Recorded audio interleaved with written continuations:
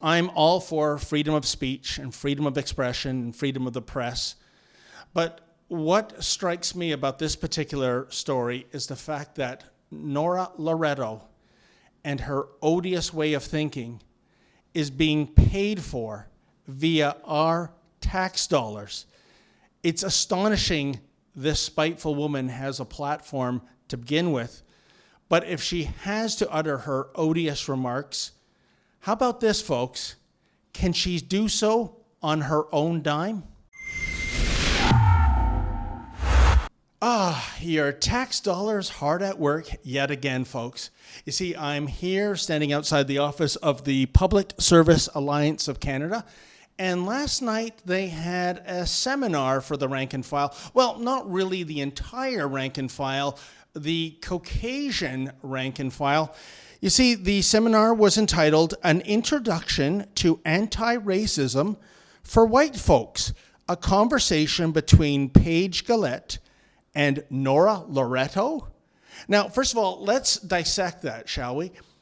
The fact that it was focused on white people, is this union saying that only white people are able to commit racism, only white people are racist?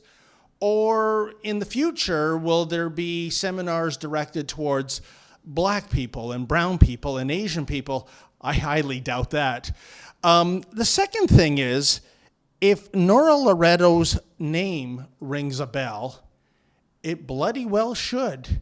If you can imagine it, folks, Nora Loreto is the hateful and spiteful woman who weighed in on the Humbolt Broncos tragedy, a tragedy that indeed shook an entire nation.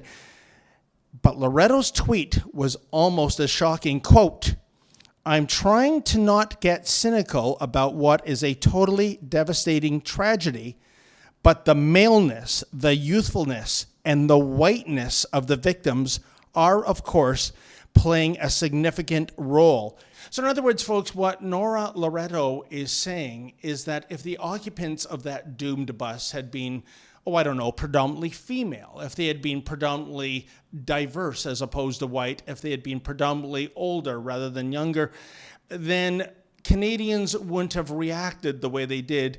In other words, by donating millions of dollars to a GoFundMe campaign so that the disabled survivors could get on with their lives.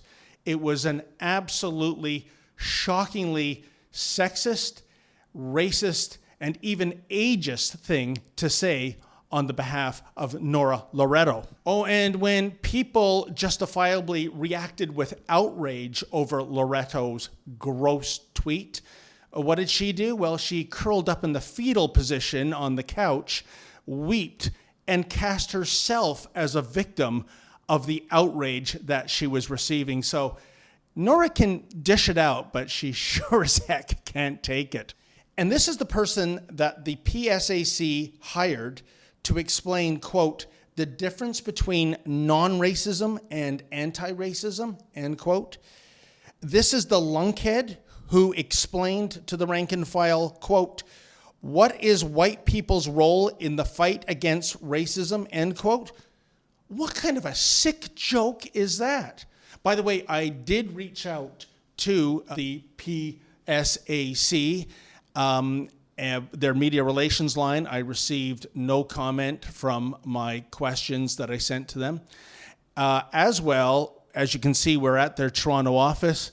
It is locked down. I do notice they have a copy of Desmond Cole's book, The Skin We're In. Desmond Cole being that champion of free speech who demanded that the media last month shut off their recording devices prior to a speech he was going to make. And yeah, like trained seals, the mainstream media shut off their recording devices. But I digress. But that's the way the puck bounces these days, isn't it, sports fans? A beloved Canadian icon like Don Cherry, for simply defending the poppy and using the phrase, you people, he is forced to walk the plank of cancel culture. And yet here we have a hateful, racist, sexist Nora Loreto. Well, she remains as the editor of the Canadian Association of Labor Media and is actually invited to lecture the Caucasian rank and file of the Public Service Alliance of Canada on how not to be racist? Again, are you kidding me? In the final analysis, folks, I'm all for freedom of speech and freedom of expression and freedom of the press. But what strikes me about this particular story is the fact that Nora Loreto and her odious way of thinking is being paid for via our tax dollars. It's astonishing this spiteful woman has a platform to begin with, but if she has to utter her odious remarks, how about this, folks? Can she do so on her own dime? For Rebel News, I'm David the Menzoid Menzies. Hey folks, you want to make sure you never miss another Rebel video?